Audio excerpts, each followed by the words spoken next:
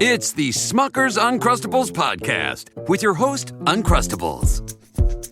Okay, today's guest is rough around the edges. Please welcome Crust. Thanks for having me. Today's topic, he's round with soft pillowy bread. Hey. Filled with delicious PB&J. Are you talking about yourself? And you can take him anywhere. Why'd you invite? And we are out of time. Are you really cutting me off? Uncrustables are the best part of the sandwich. Sorry, Crust. Every story you love, every invention that moves you, every idea you wished was yours, all began as nothing. Just a blank page with a blinking cursor, asking a simple question. What do you see? Great ideas start on Mac. Find out more on apple.com/Mac.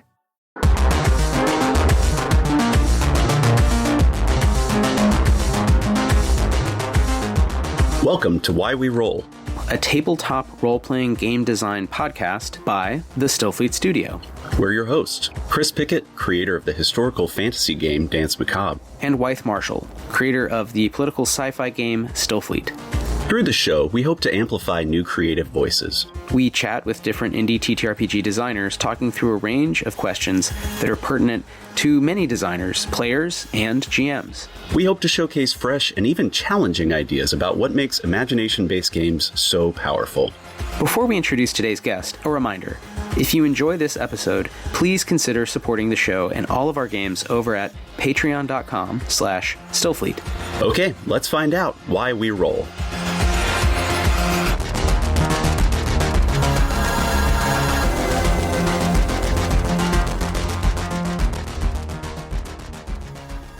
Welcome to Why We Roll, the tabletop RPG design podcast. I'm Wythe Marshall. And I'm Chris Pickett. And we're very excited. We're joined with a guest who's, I hope, becoming a friend, Dr. Erica Bridges. Hey, Erica, what's up? Hey, it's a delight to be here, guys. I'm very excited. Yeah, thanks so much for joining us. Yeah, thank you. As usual, if you like the show, there's lots of ways to check us out. We'll say those in the sort of ad rolls that you'll hear as we're going. One reason we wanted to talk to Dr. Bridges is, Erica, you're working with us on Chris's game, so this is going to be a great episode where we're definitely going to talk about your work, but we also were kind of bringing on collaborators and talking about some of that process, and specifically when it comes to the real nerd stuff that Chris and I are into, being a historian, and then some things that I can't say too much about, which is translation. And so I guess normally we'd say localization now, but since we're talking about ancient versions of languages, and in Latin's case, basically, a dead language outside of the Holy Say, right? It is, I don't know if we're localizing it or, that's the question we'll get to. That's a little preview.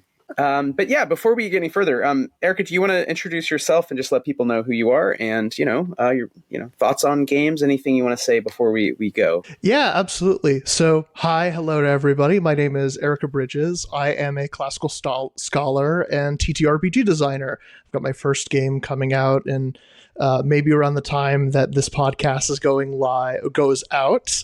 Very excited, and I'm sure we're going to talk about. But yeah, so a little bit about me. I've been playing RPGs for almost 2 decades now. It's been a passion of mine for a very long time, as has been the study of the ancient world.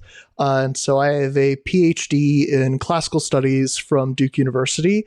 I primarily focus on Latin poetry, particularly poetry of the late Roman Republic, especially my beloved Virgil, but also I wrote my dissertation on the atomist poet Lucretius.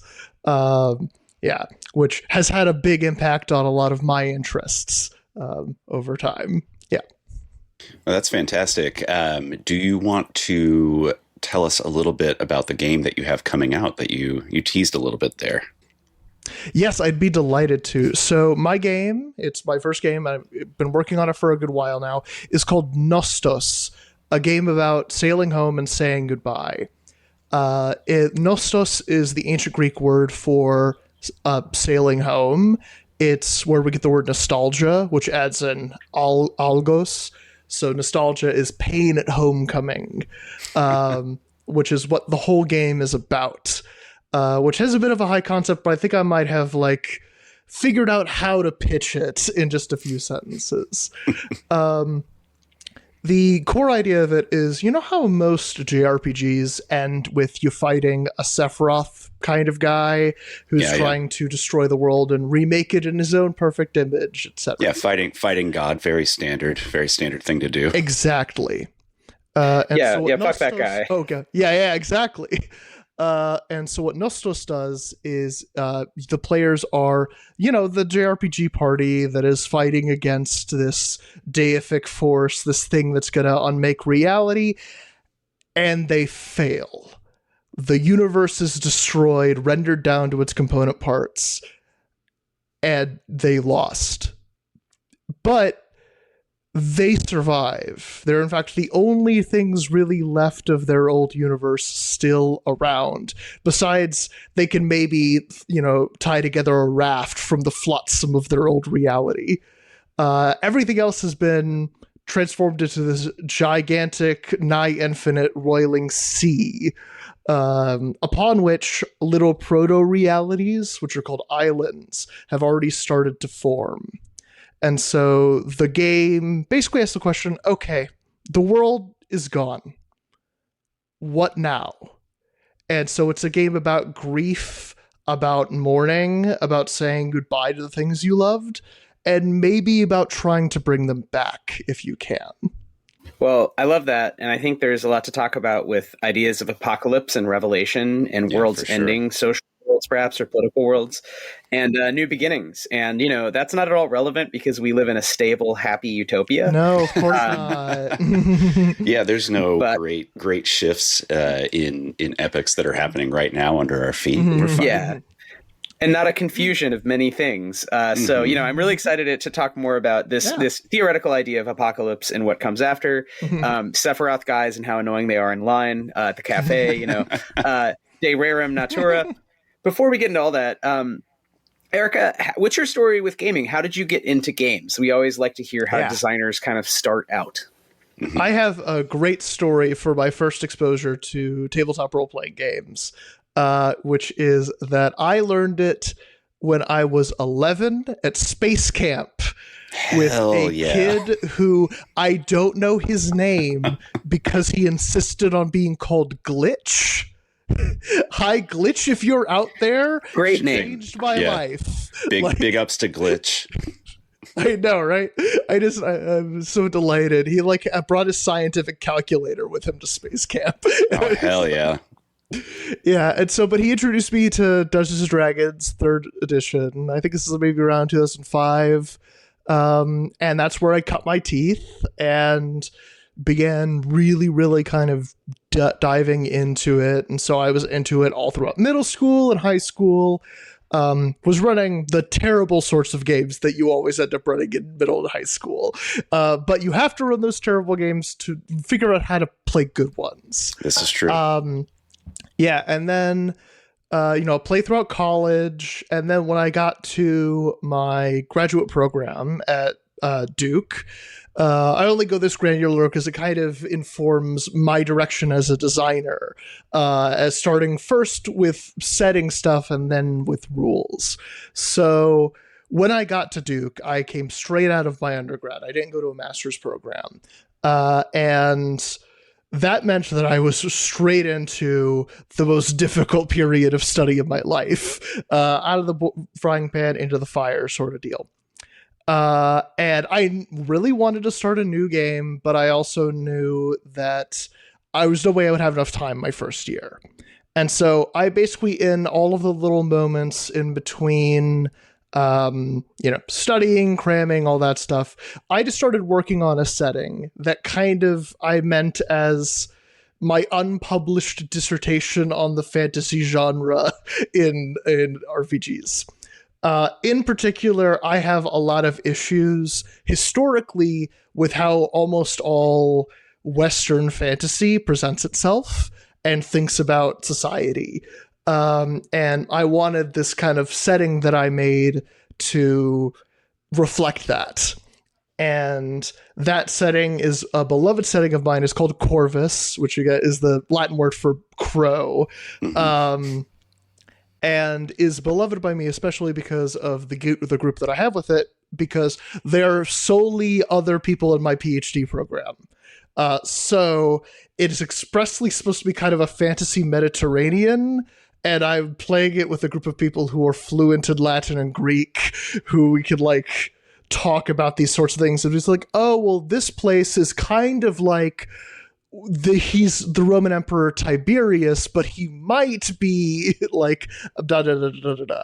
And so, yeah, as I continued going along, I passed away from like D&D 5e stuff, got frustrated with it, and began doing my own kind of like Powered by the Apocalypse hacks and stuff to try and better encapsulate this world. And that kind of introduced me to the world of game design. And I've been continuing upward and onward ever since. Oh, I love that. I feel like we've had a very similar kind of journey getting to the point of making our own games and just being frustrated with Western fantasy in general. Maybe another question for background, if you're up to talk this nerdy and knowing that the audience is not necessarily strictly academics, but like some might be. But, can you say a little about your academic work? I mean, you mentioned, you gave a couple short thoughts on it earlier, but maybe you want to say a little more about your research and how that has or hasn't influenced game work. I imagine it has, because we met you in the context of specifically talking about Danse Macabre. So basically hiring someone to help us with like Greek and Latin and history, and Nostos, as you mentioned, is sort of influenced by your research as well. So maybe it's a little pertinent to go into that. So at the same time you're learning games, you're going into history. What's up with history? Why study the Greeks and the Romans? Let's be slightly spicy. Why do they matter? Yeah, exactly. Well, trust me, I've taught 101 classes. I'm used to justifying this to my students. Well, I was lucky enough to start taking Latin in high school, falling in love with it immediately, and particularly literature and poetry, but also some sort of cultural theology sort of stuff in the ancient world. And when I got to college and decided that I would be majoring in ancient Greek and Latin, my life was changed yet again when I was exposed to the author on whom I wrote my dissertation, Lucretius. So most people probably haven't heard of Lucretius before. He's not incredibly well known amongst kind of a lot of lay audiences. But in a nutshell, Lucretius is a Roman poet living around, we think he published this poem around 55 BCE. And so his poem On the Nature of Things, or De Rerum Natura, is a scientific treatise, essentially, in poetry. It's 6 books of poetry that are laying out the Epicurean system of physics for a Roman audience and kind of saying, hey, here are all these cool ideas about the nature of reality, with the idea that once you understand the way that things work scientifically, you will no longer be afraid of things that you shouldn't have to be afraid of, and you'll just kind of be relaxed and chill, is the basic idea. And this changed my life. Like, I fell in love not only with the beauty of the poetry, but also Epicureanism as it exists in the ancient world, which I think it has a lot of problems. Trust me, as I've become more and more of an expert on the philosophy, I'm like, no. No one will tell you about the problems in Epicureanism more than me. It reflected a lot of my own beliefs about my life. It reflected a philosophy that was based on community and caring for one another and having that as kind of a high good outside of the, we're all hedonists type thing. And so, if you are familiar with Lucretius, when you read my game, you will see his fingerprints everywhere. Like, from the way that I talk about matter, actually the opening and closing epigraphs of my book are both 2 Lucretius quotes. Yeah, I was going to say, you start the book off with a very powerful quote from Lucretius, which is, yes. I'm not going to read the Latin because I can't do that, but, and so the walls of the mighty world shall be stormed all around and shall give way to a sinking inward and to crumbling ruins, which is, what a way to start a basically post-apocalyptic like psychic odyssey game. Yeah. And I have to say, I mean, even just like, Wikipedia picking out the bangers of De Rerum Natura, they immediately go into these questions that to me are very profound. And also, Chris, are things I think you're thinking through, like Danse Macabre, about death. Like, look back again, how the endless ages of time comes to pass before our birth are nothing to us. This is the looking glass nature holds up for us, in which we see the time to come after we finally die. And then he says, isn't it more peaceful than any sleep? Like, to know that, like, infinities of time have gone before you and will go after you. So, like, chill out, bro. Like I think that's a very interesting take, that RPGs, in a way, have this cathartic, like, you play characters who die over and over again if you play in that grindy old school way. So there is some sort of, we've talked about this before, this sort of facing of death built into the game. So I don't know. Oh, yeah. No, I mean the entirety of book 3 of De Rerum Natura, or I'll probably just be calling it DRN because that's how I often talk about it with other scholars, is entirely about why you should not be afraid of dying. And there are just argument after argument, both based on like logic and on Epicurean physics that he set up. It's phenomenal. You mentioned Corvus and kind of working on settings. Were you thinking about sort of responding to these philosophies, Epicureanism, and thinking about, ancient ways of knowing the world and what that might, how that relates to games, in part because of going back to the Western fantasy thing? D&D presents this weird, homogenized, like placeless version of a medieval European something, but also it's magical and sometimes it's jumping forward in time and whatever. How did that sort of metabolize into game design? And is Nostos basically the ultimate product, or are there other sort of, intermediary steps between sort of a world and then, a full game? Yeah, I will say that Nostos is incredibly influenced by Lucretius and kind of my understanding of ancient Greek philosophy. By creation of Corvus is actually based on another problem I have with Western philosophy that is related to what you're talking about, which is that here's my soapbox thing. That almost all Western fantasy fundamentally misunderstands polytheism. Yeah, this is that is very true. I mean, that's something that we've definitely talked about on the show before, and just in person as well. Wythe and I were, the religious systems that you see in Dungeons and Dragons, it's just so vanilla and confusing, and it just doesn't work the way that belief works in the real world. Yes. Yeah. Well, and also like even belief as an idea. So like, and again, I will speak mostly about ancient polytheism. There are modern polytheistic cultures. I am not nearly as familiar with, say, modern day Hinduism as I am with how the ancient Greeks and Romans interacted with their gods. So when I'm talking about this sort of thing, I'm talking in my area of expertise. So the ways in which we consider religion today, particularly in the kind of Western fantasy, is basically like diet Catholicism. Like the ways in which D&D's gods are presented, I kind of think of them as saints. That makes a lot of demons. sense. Yeah.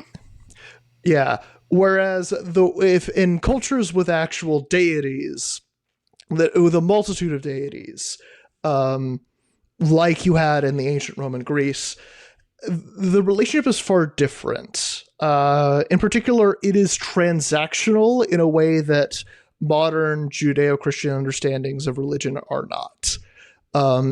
It is, I do this for you so that you might do something for me. There's a Latin phrase which is do ut des. I give so that you might give, or so that you give, depending on how you want to translate it. Nice. The way that my dear friend Michael Freeman, who himself is also a doctor of classical studies, once described it to me is, it's not a I scratch your back, you scratch mine. It is, I scratch your back so you don't smite me. Yeah, it's a much more straightforward transactional relationship. Yeah. And so that's the sort of thing where I'm just like, no. You have a multitude of gods, and you don't have your one god that you like, which I remember back in 3.5 days would always be like, oh, well, I'm an elf, so Coralin Larethian is my god, or I'm an orc and I like Grumsh. And like, sure, historically, there are certain peoples and historical figures who favor certain gods.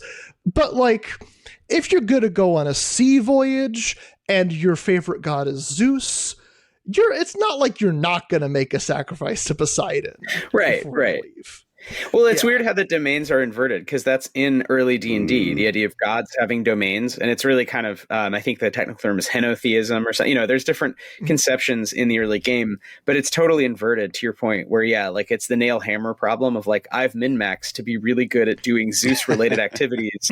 So I'm lightning bolting everything, as opposed to thinking about like, well, what I need now is to like get the princess to fall out of love with the tyrant. So I need to talk to the god of love, I need to not drown. Yeah, exactly. And these very physical, just reproducing society things, not drowning, having crops. But there's also a weird anthropological thing with D&D where it's like becomes a part of your character and it's flattened in the same way that your class, like your special training in heroics is, or any of the things on your sheet. So it's kind of like you can imagine people in the Chaucer moment, they all go to the tavern and they're all talking like, what's up, buddy? Like, what are you up to? And it's like, oh, I'm a worshiper of the god of evil mages. And there's a dwarf who's like, I'm a worshiper of the god of gold. And they're like, cool. Anyway, so you guys want to play cards? And it's like, these are sort of meant to be, these interesting bon mots that fuel your character's actions. But I feel like they're treated in a very flat, sort of meaningless way. That's just like a tax form. Like, yeah, no, it says, I worship the god of evil mages. Yeah, that guy's cool. Yeah, he has sick t-shirts. Yeah, and I mean, like, to take an example of if you're listening and you're like, well, okay, well, like, how could I maybe take a character in a polytheistic system and what would their relationship with a god be that could be interesting?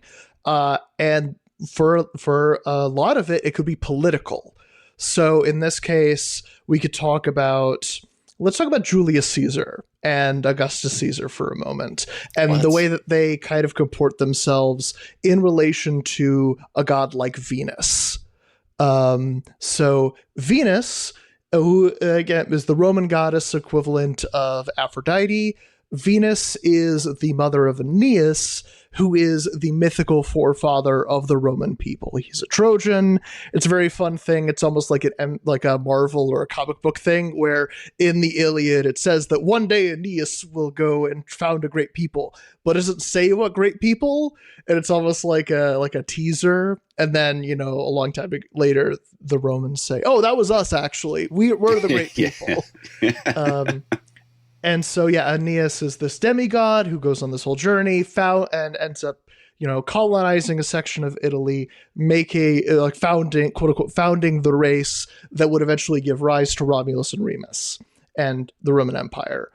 So by doing things like building huge temples to Venus, or minting coins that have Venus on them, Caesar, who himself had, aspirations of, Venus is related to my bloodline and the bloodline of the state.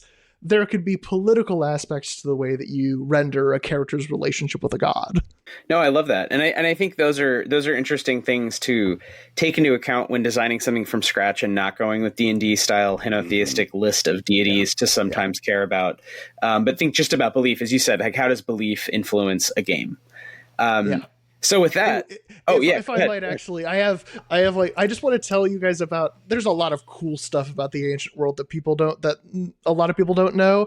And this is one, throw it into your RPG setting as just a thing that people do. Make this the way you have your contact the god spells work. Because in the ancient world, there was a practice that we call incubation, which was very, very simple. You would go traditionally to a temple maybe associated with healing, like Aesculapius, the god of healing, or maybe a local seer or something like that. You would make a sacrifice, usually a goat or something like that.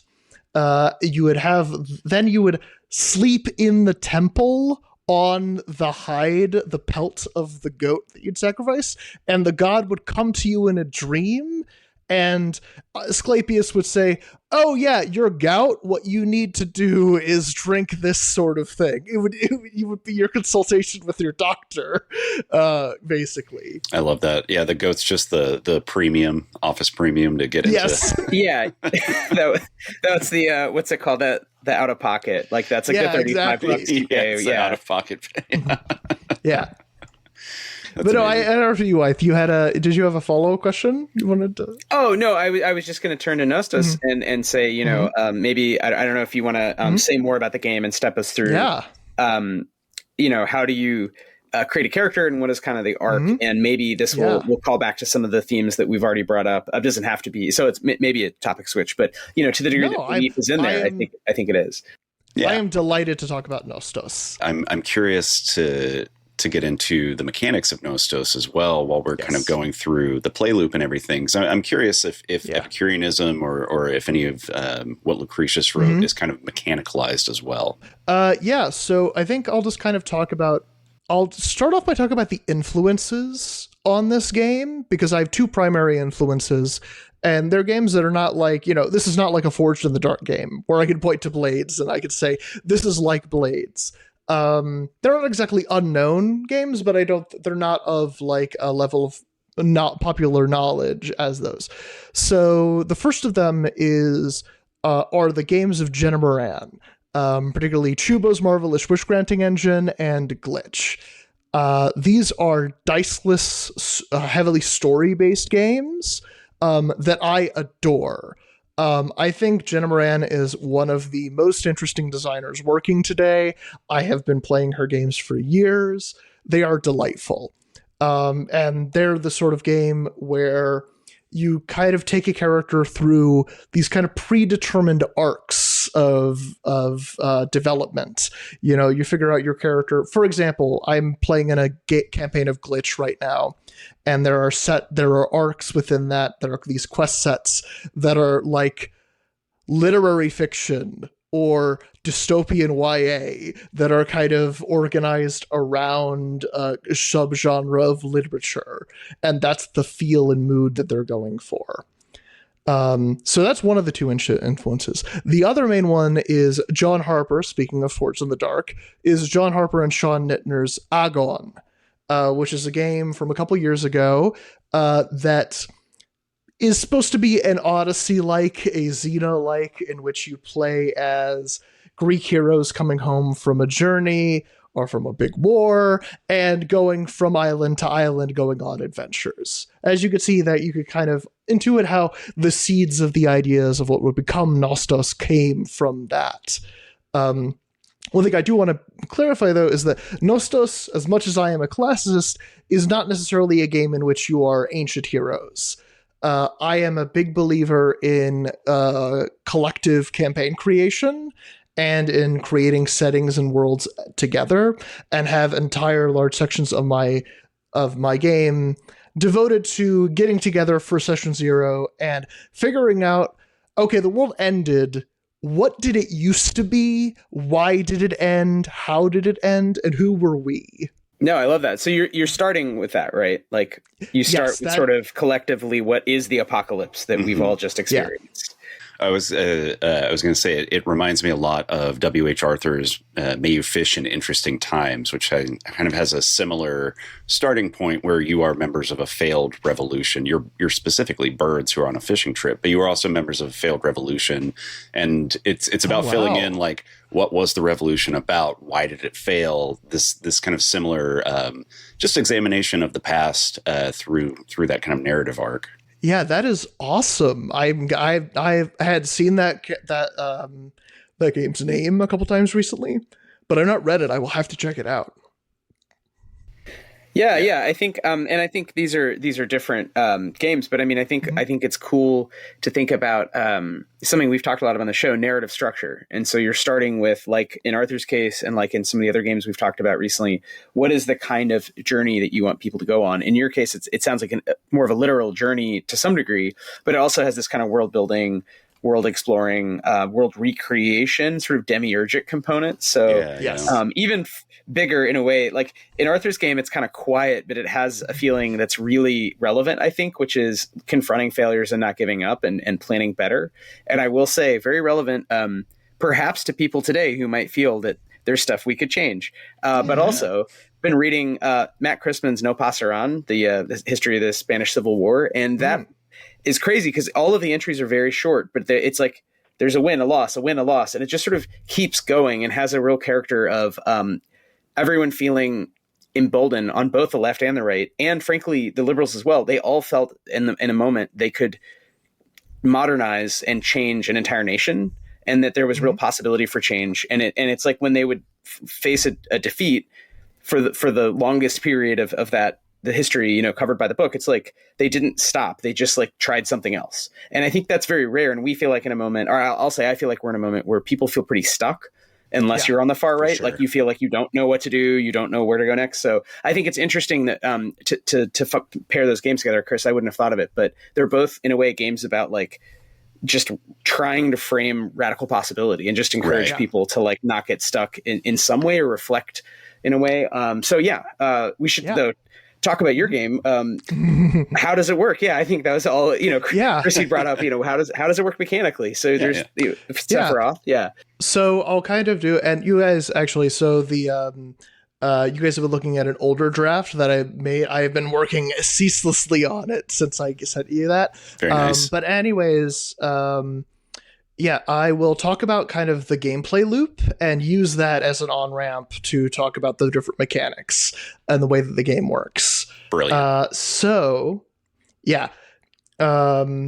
The way the game opens is always at sea whenever you have a new session, after you've done all the campaign creation stuff, which is there is a kind of prolonged session 0 type deal that you do. But after you get that, you start with everybody at sea on this big ship, and you walk through various things. One, you recover from any wounds you might have gotten on the last island. You recover some self, and then you reflect on where your character is right now and pick a new quote-unquote conflict for them. Conflicts, which are very much inspired by quests and issues in which are game mechanics in Jenna Moran's games, are these sets of narrative prompts that are designed to kind of guide a PC through whatever emotional struggle that they're currently reckoning with. As an example, one of the first ones I talk about in the game is a conflict called Thinking About the Past, which is obviously the old world is gone. And right now your character can't stop thinking about it. They're reminded everywhere they go. And the way that these conflicts work is you'll pick one during at sea that you think you want your character to go through on this next island. And when you're on that island, every once in a while, you can try and hit any one of these series of prompts to kind of get you in a headspace. Something like, oh, you're distracted by something from your past when you really, really should be focused on what's happening right now. Or you leave something from your old life behind.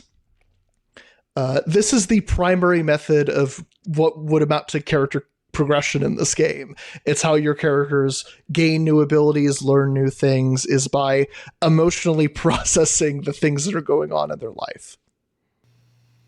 That's amazing. So more like real life. Yeah. Yes. Like the way that experience actually works. Weird. Yes.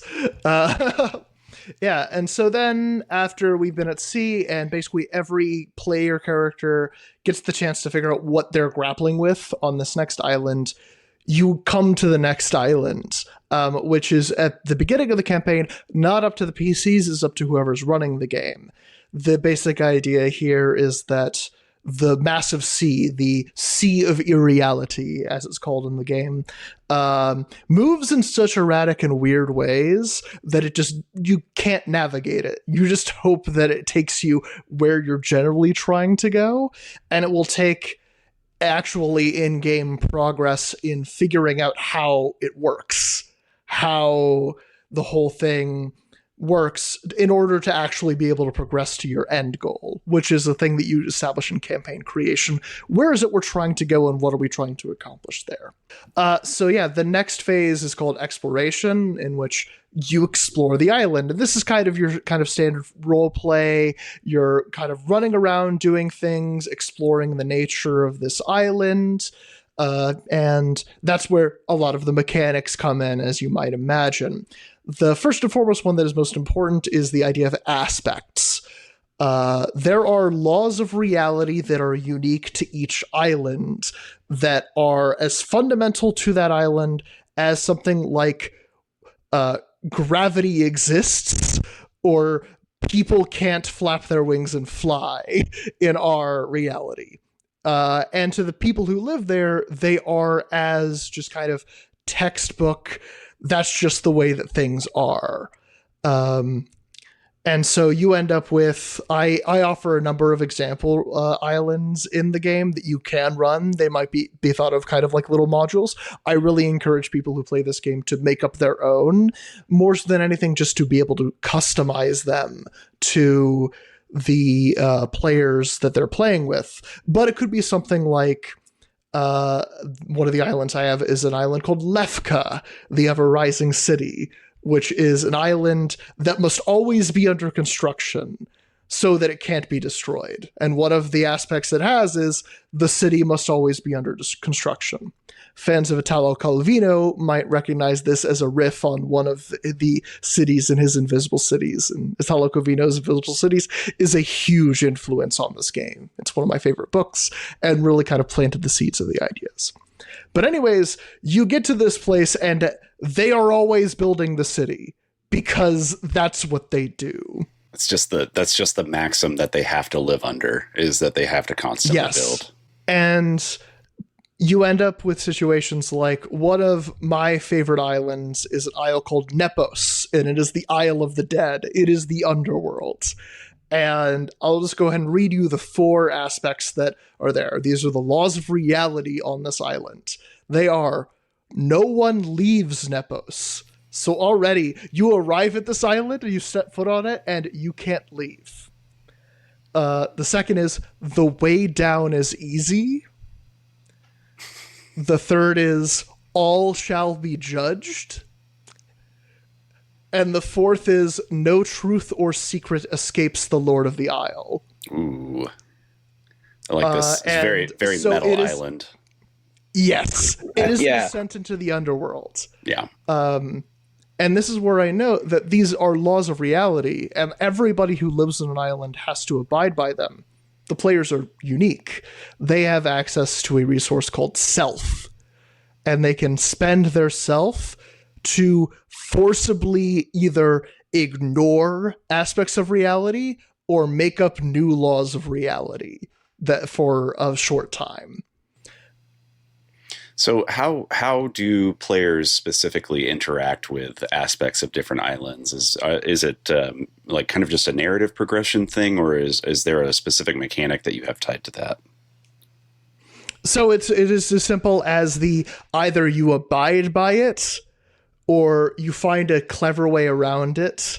You know, it says no one can leave Nepos, but what if somebody does blank, you know? I like encouraging that kind of creative rules lawyering when it comes. These are laws of reality that are meant to be broken, but it also can lead to really interesting game mechanics where how and when you choose to ignore these aspects can have a huge effect on how they interact with you. So, I mean, for example, no one leaves Nepos. Well, if you want to leave Nepos, you're going to have to, expend self to be able to leave. Where it can get a bit more interesting is I will talk about another island, and I'm incredibly proud of all these islands, but I also don't want this to become let me tell you about all the cool places in my game. But it's just that these are really evocative of what the game is and what it's trying to do. There's an island called Jatavos, the Isle of Masks, that is kind of like Venice and Carnival. It's the night of the masquerade at the Royal Palace, and among the various aspects that are there, one of them is this night will repeat forever, and only Cassandra will know it. Cassandra being one of the characters who lives here. So, that law of reality doesn't affect anything until inevitably the player characters run across Cassandra, who is trying to convince anybody, that it's a Groundhog Day situation. Right.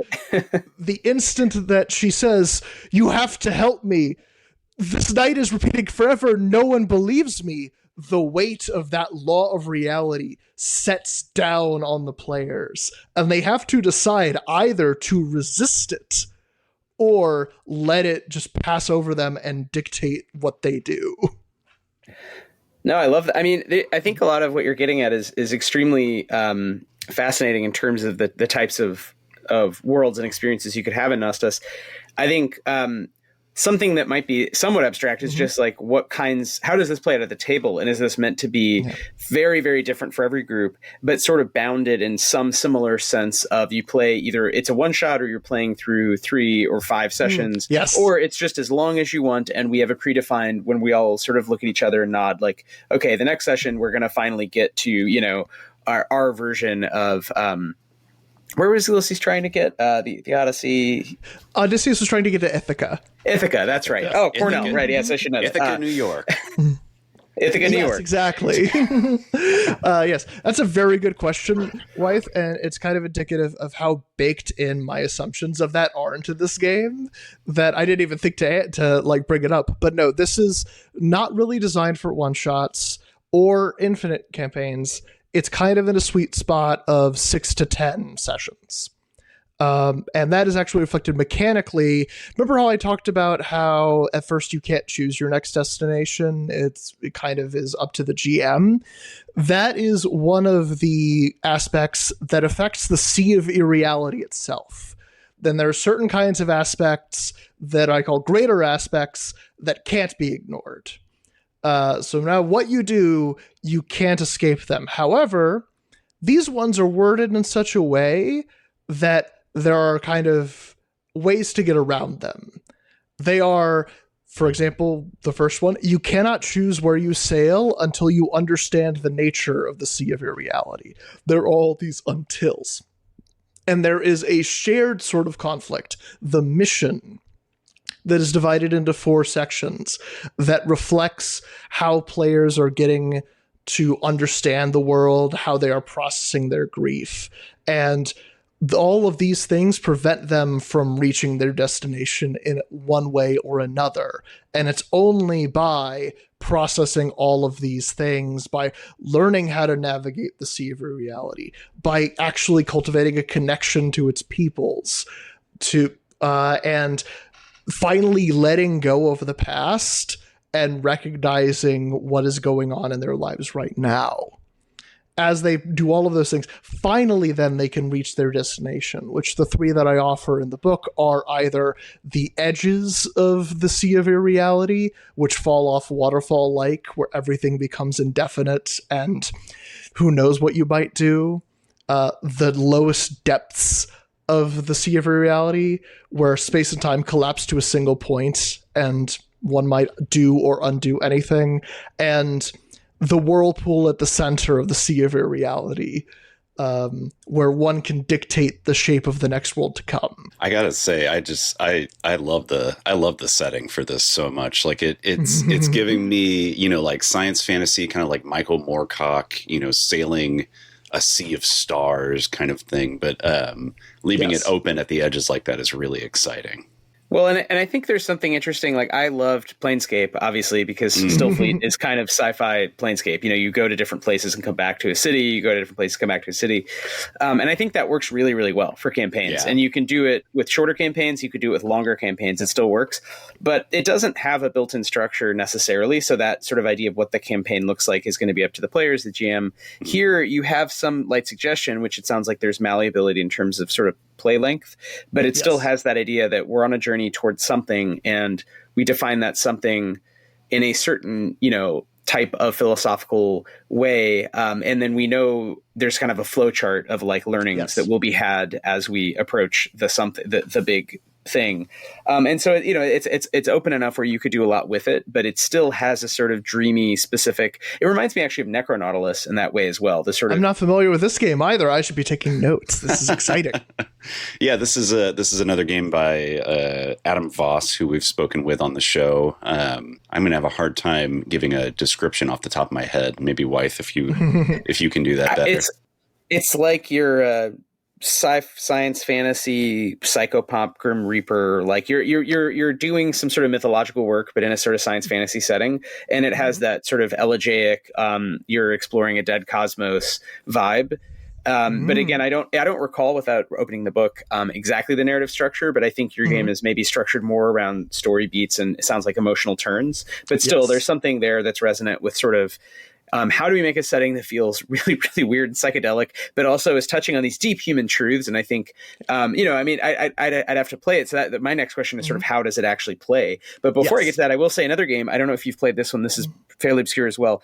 Cerebos or Carabos. It's a game about sort of a train journey that also has a similar. I will show you when next we meet. It's a hardback A5, this red faux leather hardback A5 that comes with a bunch of cards of locations, and you play through different story beats and draw cards for random places. And it is specifically inspired by Calvino.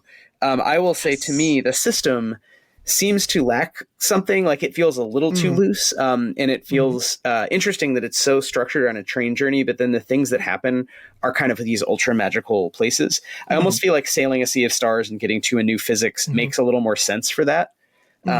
Maybe I'm just a big fan of Amtrak, but I feel like if my the physics around me fell apart, I would be like, I gotta get off this train. I want this train game to feel like I'm on a train. Yeah, exactly. I'm like, you feel me. But that my question was just, so how have people been playing it? Can you offer any examples from playtesting or as you've developed it, how it's given you some arcs that are maybe both, Odyssey-esque, but different? The detective said missing kids usually come home. What happens when they don't? Based on a true story. Police looking for John Gacy. We discovered bodies. By the looks of it, they're younger men. The things he did to those kids. He's sick. The system failed these families. Devil in Disguise, John Wayne Gacy. Streaming now, only on Peacock. Do you know how many there are? Up to you to find out.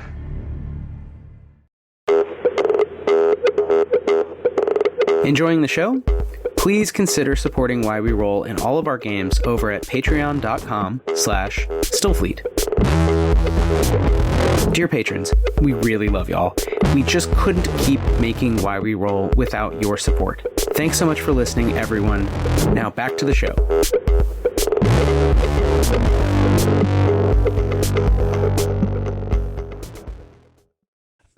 So a big question is, how do you process grief and how do you move past losing somebody? And so this is where I'll talk about the first kind of playtesting campaign that we did, that involved a character that every single campaign has, which is called the pilot. When you do make campaign creation, a fundamental element of it is you make, the world, you make the apocalypse, you make the ship, and you dictate an NPC who is going to be traveling with you. They don't have your crazy reality warping abilities. They're just a normal person, probably a comrade of yours. But there's somebody who you kind of track the emotional growth with alongside the rest of the players. And so when we were kind of doing the campaign creation for this game, we had naturally come up with a character who was a sibling of one of the other characters, who was an NPC that another NPC had romantic feelings for, and that this NPC had died at a certain point, but then come back kind of wrong during the kind of in the their pre-campaign struggle against a big bad evil guy. And so eventually they came to that island of Nepos, and they needed to say goodbye to her because she realized that she couldn't go on anymore, that she had should have been laid to rest the whole time. She should not have forcibly resurrected herself to continue fighting the good fight. And you end up with this situation where she had eventually disappeared as the person who had feelings for her that had never confessed it says, "I love you," the moment after she disappears. And like that moment kind of crystallized for much of the party how they felt about the nature of the next world, like what they wanted to try and do, and importantly, whether or not they wanted to try and go to a next world to make a next world, or if they just wanted to find a place to rest their head and pass away and fade away. Wow, that's dark, but also not dark. It's melancholic. It's melancholic for sure. So players have enjoyed this kind of collaborative, taking the chaos, forging worlds, exploring them. Is there still, are you encouraging the kind of GM relationship, the GM to plan, basically the islands, but not necessarily the emotional journeys, and the players are really bringing the emotion to it, and the GM is kind of being the world, which is always fun to kind of separate out those functions, I think, and give more functions to the rest of the players. Yes. And so this is where I actually think some of the best writing in the entire game is in my section on running Nostos. I have about, what is it at this point? It's about 30 pages of just, here is how you can approach running this game. Here are some narrative tools that you might employ as you're going through. One of them is I talk at length about this idea of the nekia, which is a term for the nekoia, if you want to use the Greek pronunciation. And it's the thing in Odyssey 11 when Odysseus goes to Chimeria and he summons the dead and talks to them. And I talk about how you can use this to give a character an opportunity of closure. And you could maybe do that on the Island of the Dead, or there are places on other islands that could also be good places, like that Masquerade Island. One of the aspects there is you might meet anyone at the Masquerade. And so as a law of reality, that means that it doesn't matter if, your mentor who you never got to say, stuff it, is there. It could be a long lost love or a child you lost. And a lot of the campaign creation actually explicitly asks you to make this. I ask every player to come up with a thing and a person from, quote unquote, the world that was, that mattered to them, and characterize it. And so this has in the past been, a gay bar where the only time you could be honest with anybody is at 1 a.m. when you're taking a smoke break out in the alleyway. Like before then, everybody is all like posing and stuff. That's not like an aspect or thing. That's just kind of the nature of it. That's just one of my favorite bits that somebody kind of threw in there. And I'm like, what a great place to put into the background of a character's life. It would be hilarious if that were an aspect, though, where it's like you are not allowed to be honest until you have had a cigarette at 1 a.m. And then after that, you have like a window of honesty. That could be a great aspect.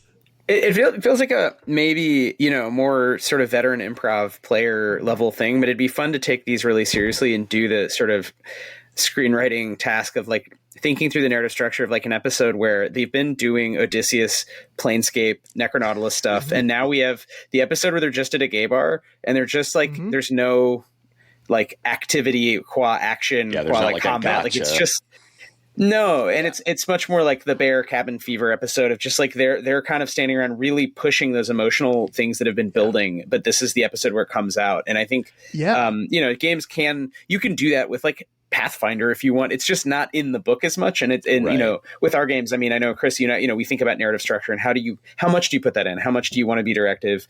And it sounds like Nostos has so much in there to offer players and GMs in terms of encouraging different kinds of modes of action. And you can still, ultimately you're still sort of epic, heroic, interesting characters. So you can do some of that stuff too. Yeah, I was going to say it still gives you this epic background, but then the way that you've kind of like episodically made each one of these quests and islands and everything, it gives it this opportunity for really fun session by session kind of picaresque play without losing the kind of overarching remembrance. And I got the genre psychedelic Odysseus picaresque, something like that.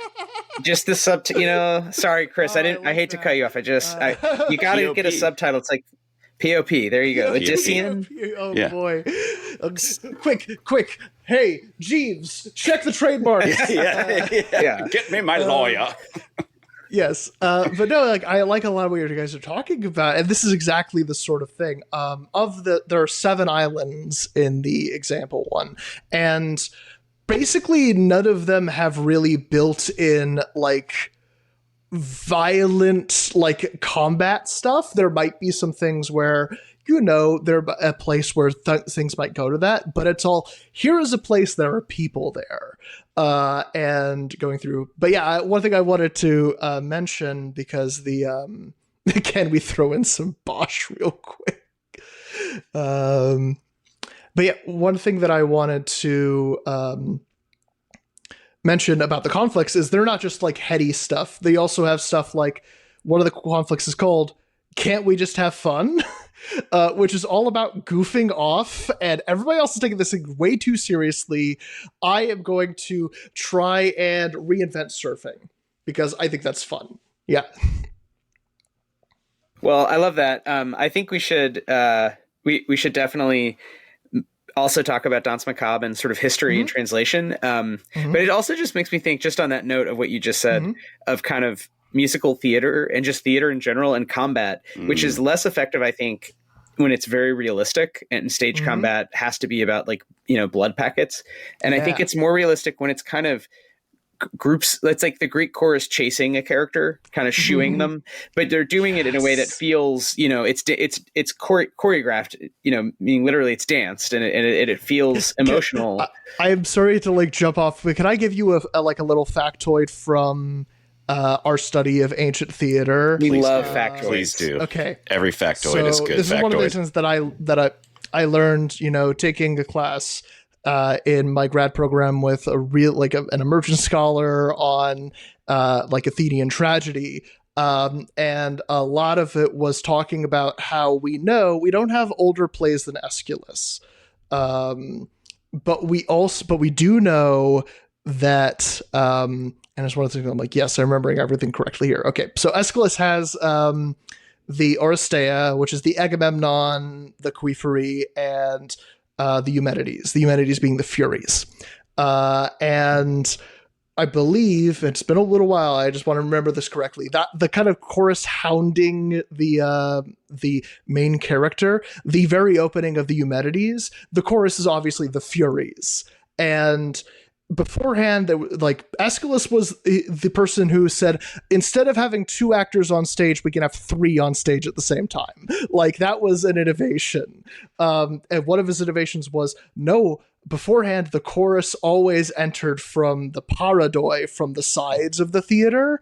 And apparently when the Eumenides was staged, instead the chorus came from like behind and within the audience, like rushing the stage in this kind of, live theater and like modern involvement sense. And I've just always loved that feeling of what is going on as they're running on stage. Yeah, I like that kind of immersive theater is actually ancient. It's nothing new. Yeah. Theater in the round. And these are all traditions that we can draw upon as GMs and as game designers, without necessarily spending a bunch of money or hiring 50 actors or something. I mean, you could just think about the way that you create a sort of proscenium. I mean, think of like the classic GM screen in D&D, right? Yeah. You're creating a front, and you're creating the scienia, right? You're creating a scene that sort of is occurring in people's minds, but maybe there's ways to disrupt that. And I think there's games that use candles and the dread system, right? And other sort of tactical or haptic affordances to kind of shake our mind up. But maybe there's other ways to use choreographed, or probably would be the word would be like choreic or something, right? Like ways of moving and just being, having a body that are going to feel different in a game, as opposed to, rolling dice and drawing cards is kind of the thing. So I love where we're going with this. Yeah. So I like the idea of GM as Furies. I don't know what I don't quite know what that means, but I'm going to develop that over time because there's something satisfying about that.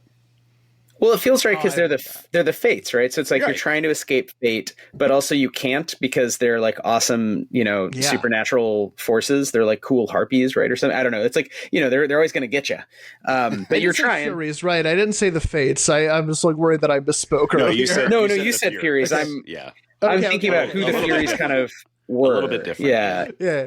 Yes. Well, no, but in the way that they served sort of enforcement of kind of what we call in the MCU era, like this kind of cosmic timeline or something for the gods, they sort of had that role, right? They'd kind of go to humans, be like, no, you have to like do a thing a certain way, right? I mean, I might be butchering that. Well, they're a personification of vengeance specifically, right? Mm-hmm. Vengeance. Yes, okay. that's the Furies. Okay. Yes. Got it. This all makes me think history. Chris, do you want to talk? What a transition. What a transition. So smooth.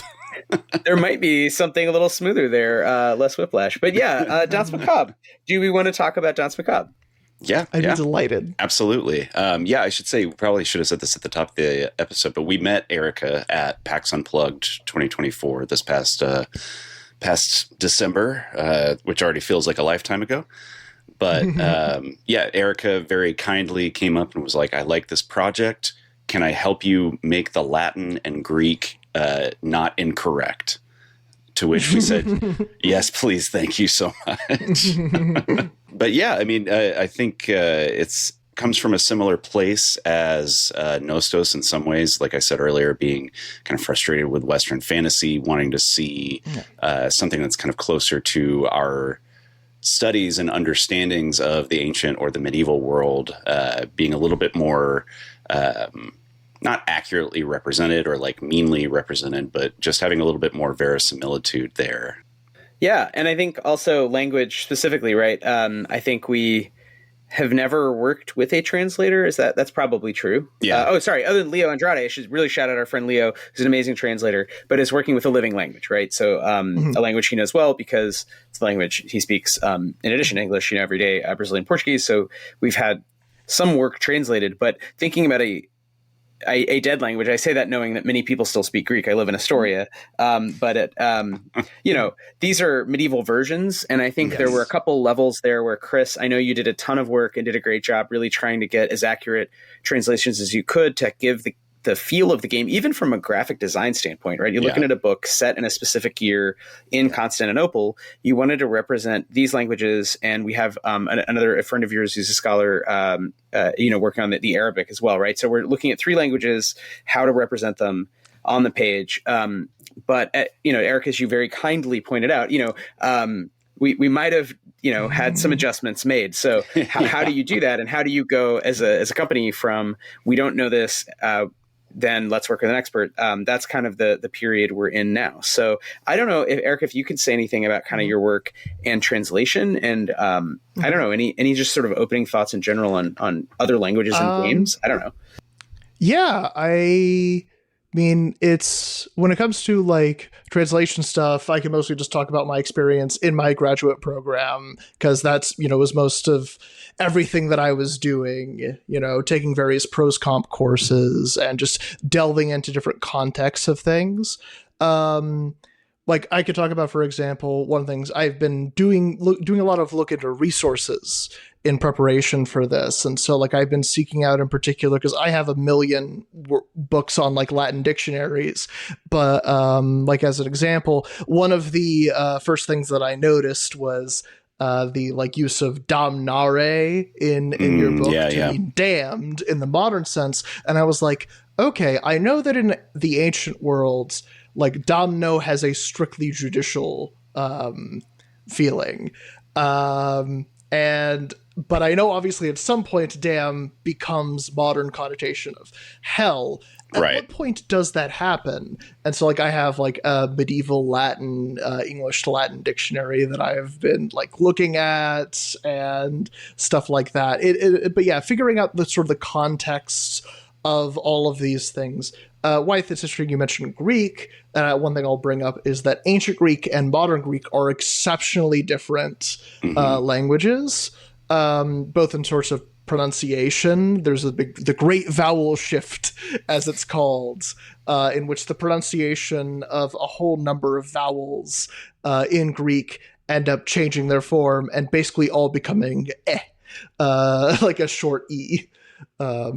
Yeah, and that has happened by the time of 1390. I believe that's like 1200, 1100 is when it's like full. It begins manifesting earlier, but yeah, by the time that has happened, yeah. And that happened in English later, but that is wild that there's great vowel like all these languages keep a lot of things, but then the vowels just get changed and you write it the same, but you say it differently.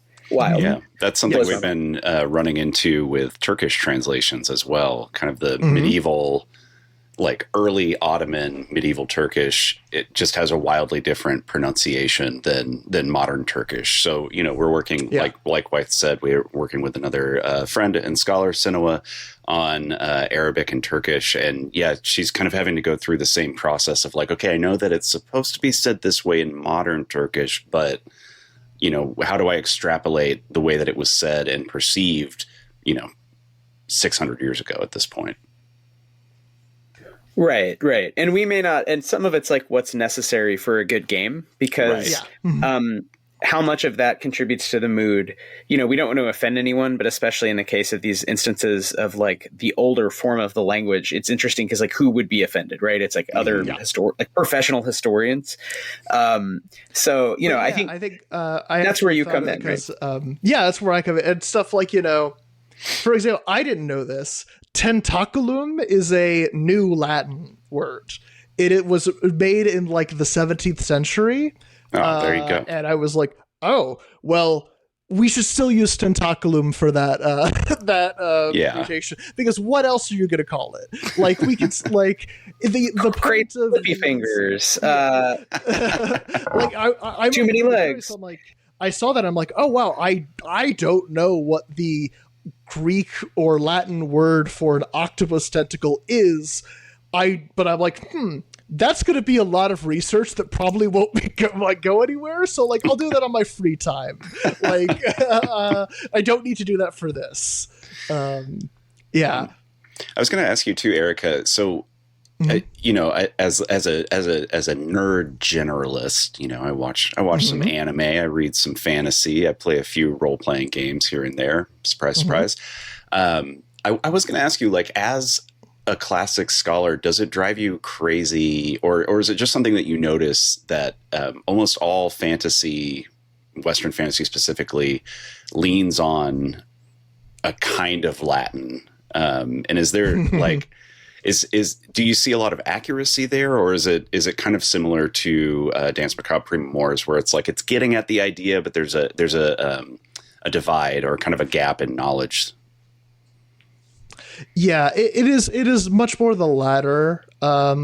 It's so much so that like I don't like poo-pooing anything. Like I will not like call out specific things like, oh, this one does it bad. Instead, I'll like highlight a few things that I think do it really right. Because they stick in my head. And it's not so much, I can't really point to anything specifically in like the RPG space.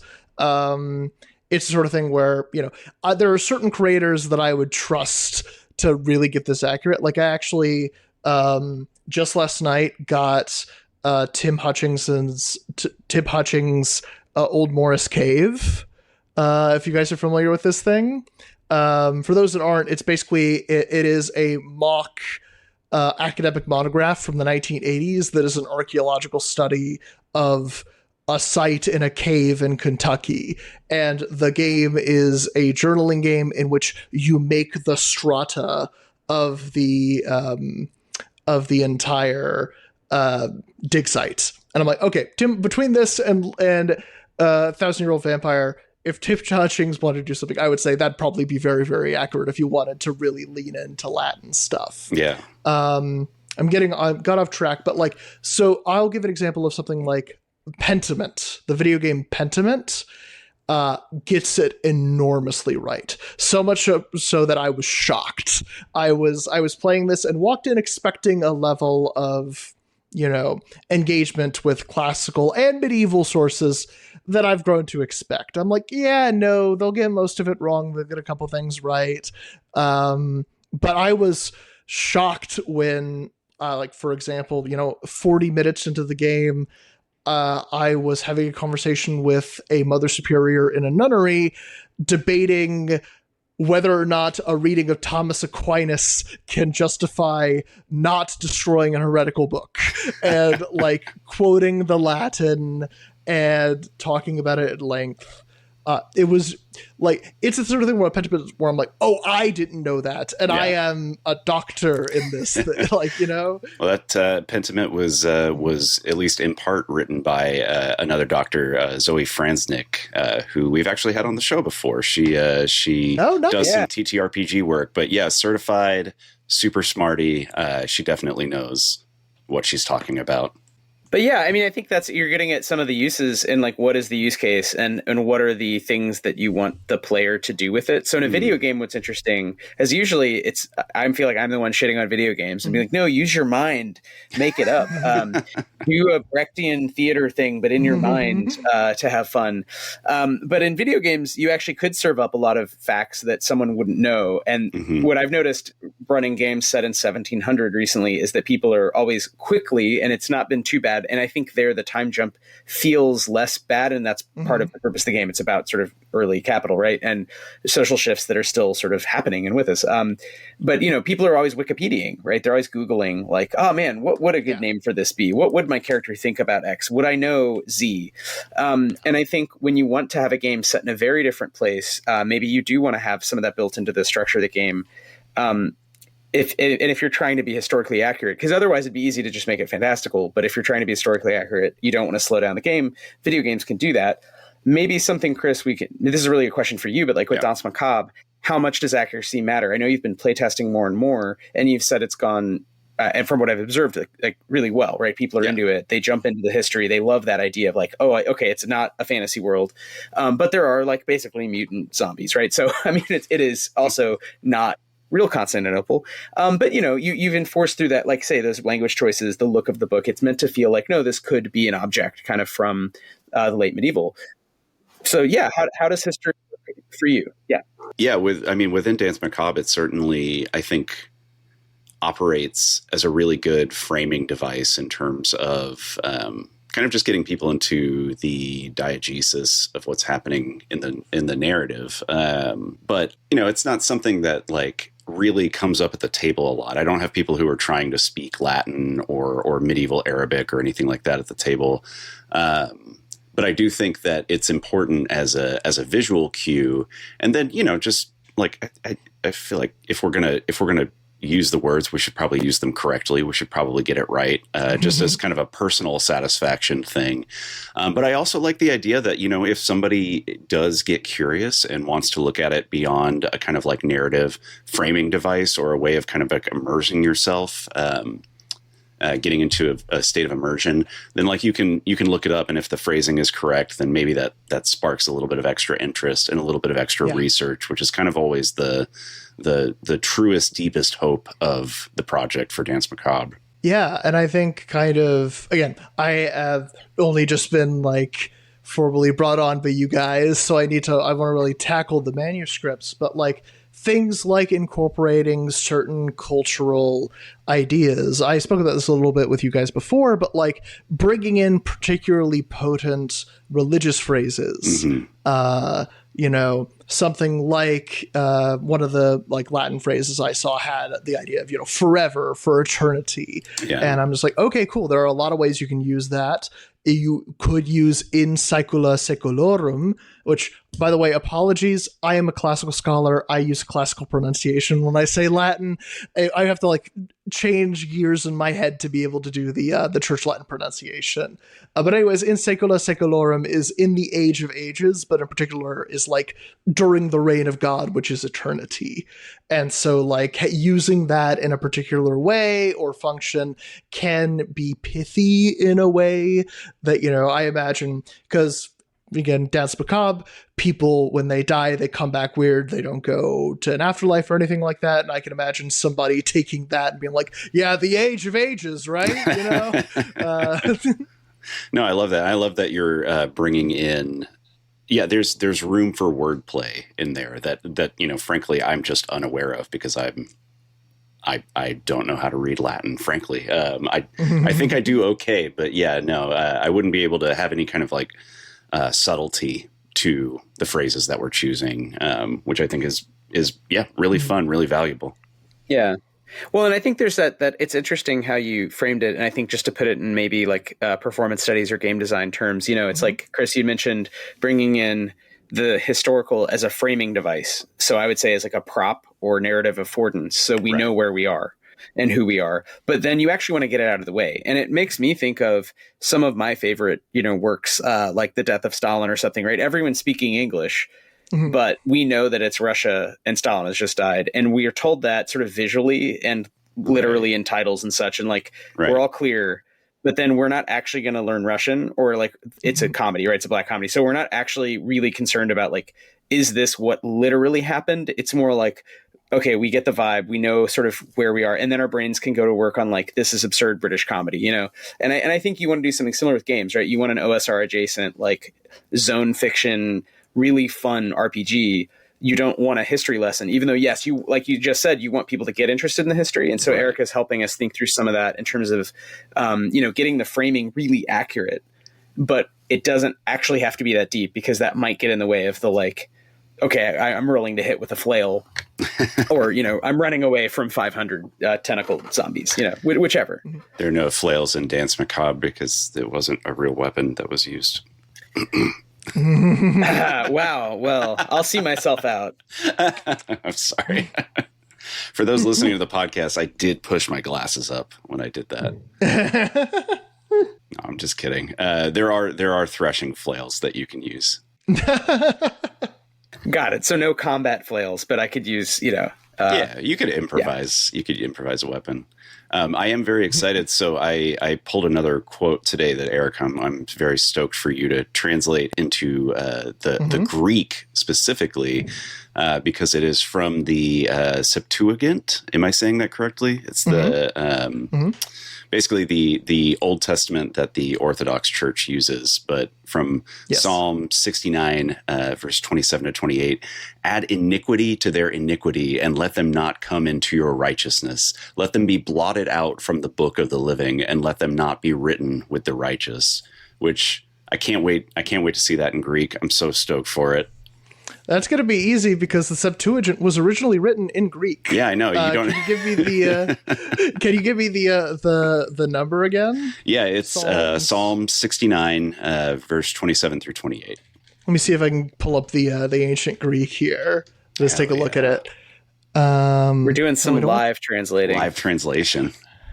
Well, really, it's just reading the source text. Yeah, it's just me reading it. Let's see. Prostes anomion epi ten anomion auton kai me eselethetosan en dikaiosune su exaleftheteson.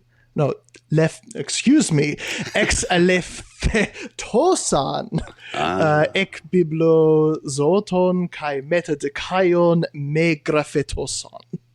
See, it's also just, it's so much cooler than just English. It really gets you into the immersive spirit that way. Yeah. So we've maybe Erica, I don't know if you want to also respond to this kind of idea of like why include real historical material at all. If there's anything you haven't covered from that kind of 101, hey, welcome to like your college history class. Why does this stuff matter? What do you think? And what do you get out of, we talked about sort of wordplay, but what do you think it sort of adds to the experience to bring people into a different world? Or are there any examples, anything that pops to mind in that sense? Yeah. I mean, it's something so fundamental that I have to, kind of like bring it, because I bring it into everything, like even beyond, like obviously Nostos is informed by things. I throw in Latin, Greek, all of that stuff wherever I go. Why does it matter? Well, for one, look, the canon is nonsense. There really does not exist a sort of like, oh, these are the really important things that everybody should read. But there are a lot of really, really good things in the canon that have had a lot of influence on all of Western literature, and including those things and playing around with those things can unlock doors that you might not have otherwise had. So that's one pro that's there, beyond the, oh, it's really interesting to see, oh, I didn't know that that's where that word comes from. Or learning how and seeing how a different language evolves over time can make you think and reconsider things about the way that your own language works.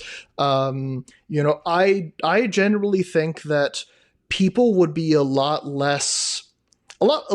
more tolerant of language change if they understood the nature of language change. Like, I think that, for example, African American vernacular English is a dialect of English, and it is not something that should be looked down upon for not being quote unquote proper, when it is a natural evolution of the language in the way that so many other languages have changed over time.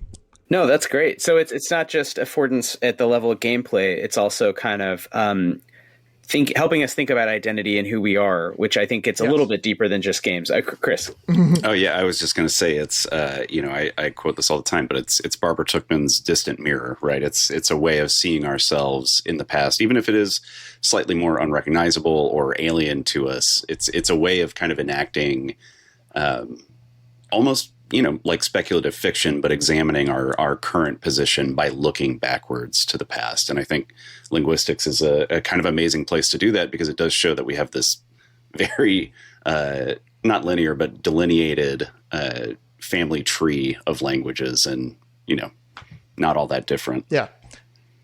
As for other things that it might do, the fact is that English is a very particular kind of language. And if we're talking about Latin and Greek in particular, those languages are inflected languages, as opposed to English, where really it's mostly only our personal pronouns that still retain, our pronouns of various forms that retain the inflected. For those who might not know, an inflected language is one where the purpose of a word within the sentence changes it. In particular, we're talking about nouns when we're talking about Latin and Greek. Like, we all change in English our verbs based upon tense and person. Latin does that as well with nouns and adjectives. And so because of that, unlike English, which mostly relies on on the sentence structure to convey an idea, I kick the ball, who the subject of that sentence is because I came first.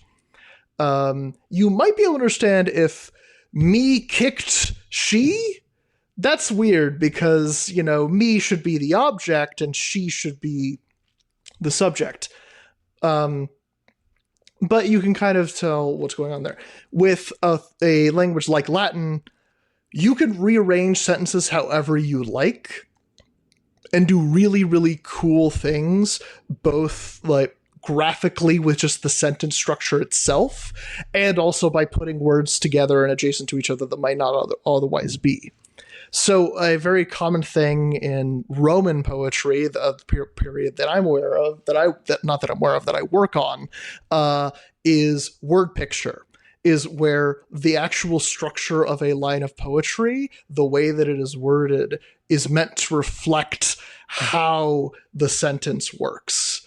And so you can end up with something like the words for the sentence, he was in a dark cave. You can have the word for he in the center of the sentence, the word for dark at the beginning of the sentence, and the word for cave at the end. So literally he is being surrounded by the cave as like an encapsulation of being in a different place. Or the opening of the Aeneid, which is like, oh, here is Rome and far away from it is Carthage. But the way that Virgil places those nouns in the line is reflective of them being connected in strange and interesting ways. That's awesome. There's a geography to that kind of language. Yeah, and this gets into so many traditions that I know in the context of postmodern, basically 20th century literature, and playing with words at the level of not only sounds in one language, but, from Dada to the Oulipo, right? Sounds across languages, and then across those graphical registers, like you're saying. So you have sort of concrete poems that are showing you forms with the way the words are arranged. And again, all the way back to like E. Cummings messing with spacing and caps to literal pictures, right? Or algorithmically generated. I mean, Vex mentioned in the chat, like learning programming languages. So I think there's a whole tradition of sort of acts of translation that actually is as you're saying, kind of quite deep. What does it mean to TTRPG design? Well, I mean, one is just fun. It's fun stuff to throw in there. It looks good. It's cool. It sounds cool. But, maybe there's also something deeper about sort of translating selves and, different mechanics you'd bring to bear. In the case of Danse Macabre, again, we were specifically using it as that kind of frame or stage to get you into a historical world where you don't have to do any sort of coursework or research. You're there because the book shows you enough, and Bob's your uncle. You can go behead some zombies, whatever you want to do. Explore beautiful forests that may be, haunted. There's sort of other ways that some of these themes come up in games like Nostos, where you're kind of recombining things, but you're echoing kind of voyages of the Greeks or Roman poetry about sort of physics in a weird way, right? De Natura is kind of an awesome, it's like Neil deGrasse Tyson thousands of years ago. Let me just kind of chat with you about how cool nature is. No, it's great. Like I have to talk about Memmius, which is the person that is the person to whom Lucretius is speaking. It's the addressee of the poem, and he constantly shows him as a dumbass, who doesn't get things and is constantly like, look, I know you don't get it, but if you think about it in this way, it's like, singling out a student who's annoying you, which is not a good didactic thing, but interestingly has, as I and many others have argued, has an interesting sort of, basically it's a device for him to bring the reader in on his side and be like, look at that guy. You get it. He doesn't get it. It's this kind of as a way to group them together. Yeah, you build in a fail to show another way of being. Right. And I think that seems like something fun we could do in books, is have characters who are not good at doing the narrative structure implied that the player's character should do in the world of the game. And it's also the sort of thing where this is getting a bit away from what translation can do, and more into what ancient literature can do. I, having spent so much time with a poem that is a work of didactic poetry that you're meant to read and learn things from, and spending a lot of time thinking about how it teaches you, I'm reminded of certain kind of cutting edge games in our field right now, like Triangle Agency, that ask you to engage with the text in a particular way.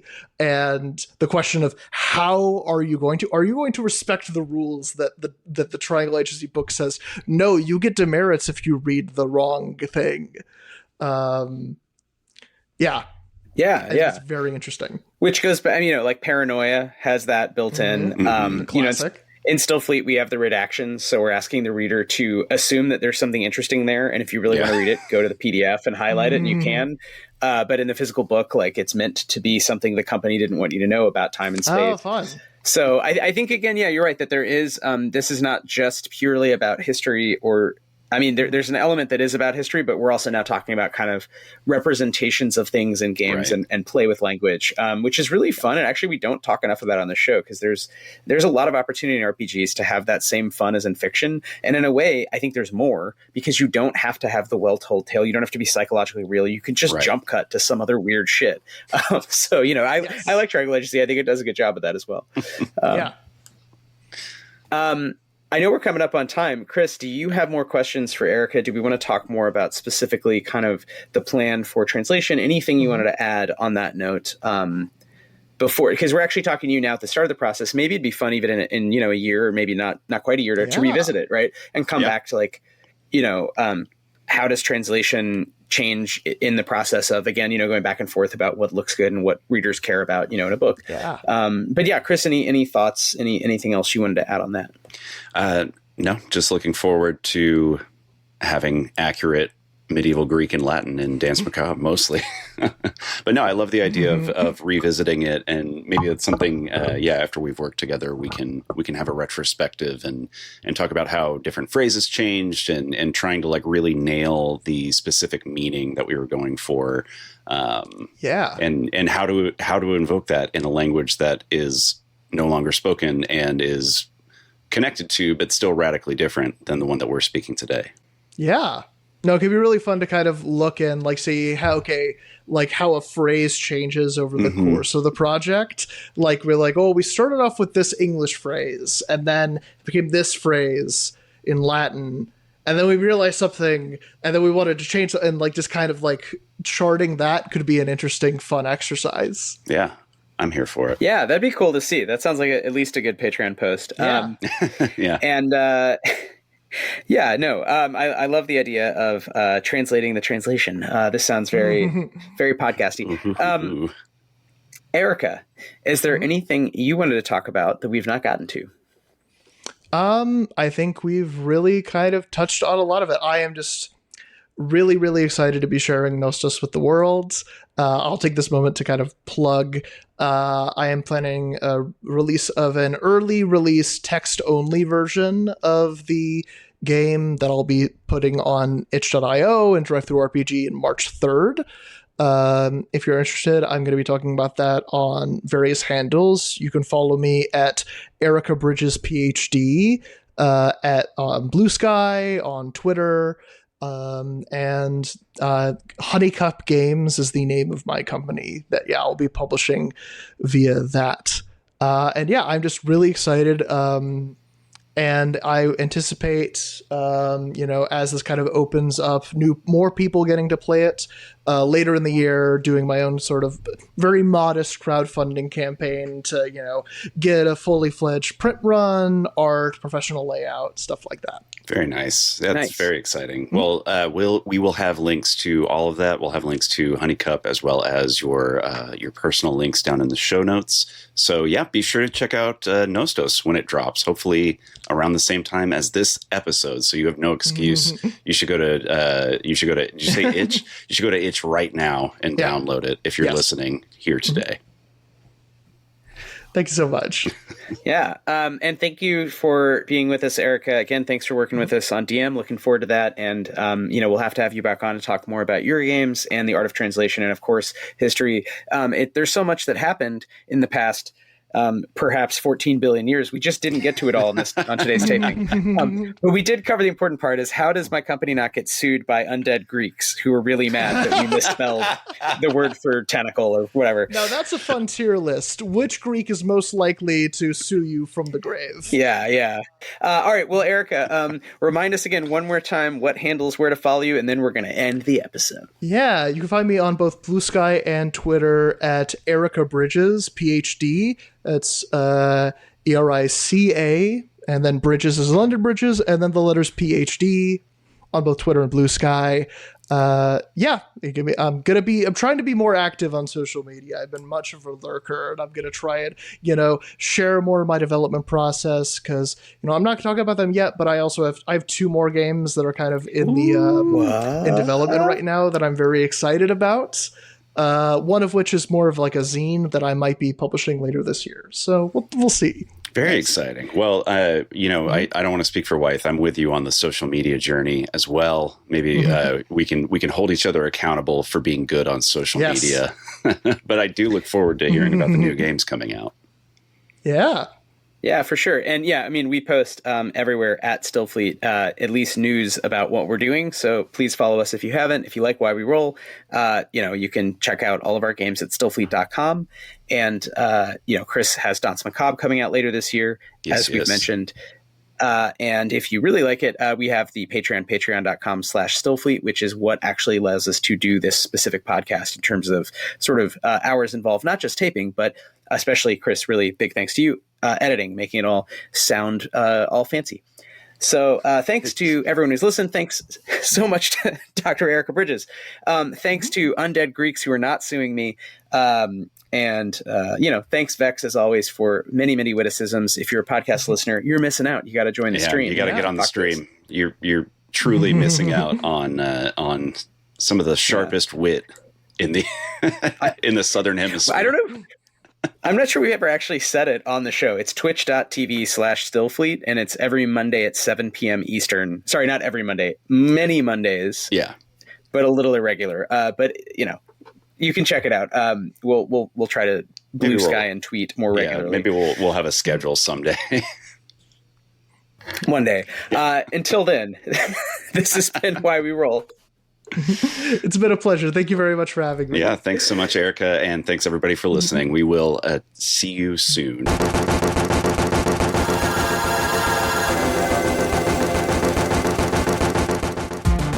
Thanks for listening to Why We Roll.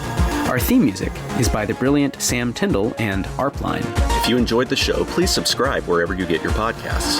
You can find us on all social media at Stillfleet. You can find out more about Danse Macabre, Stillfleet, and all of our games over at stillfleet.com.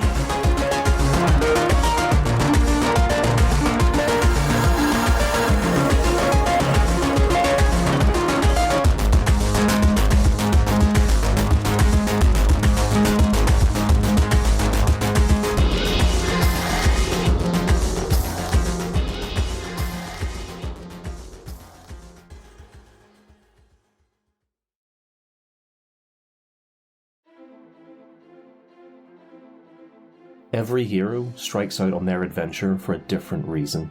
To prove myself worthy of my mother's praise. To write my own story and discover who I really am. To prove to my family that I am more than they believe me to be. To revive the god that has chosen me. But when the fragile balance of the world is in jeopardy, and sinister forces move in the darkness, heroes will be tested, pushed to their limits and beyond. And it will be left to them to determine if they are up to the task. There is a darkness rising. Will they be able to overcome the challenges and meet this evil head-on? For my god. For my story. For my freedom. For the world. To restore the balance. Modified Role Season 2, The Chronicles of Erin, a D&D 5e actual play podcast. New season, new characters, new story. Find us on all the usual podcasting apps or at modifiedrole.com.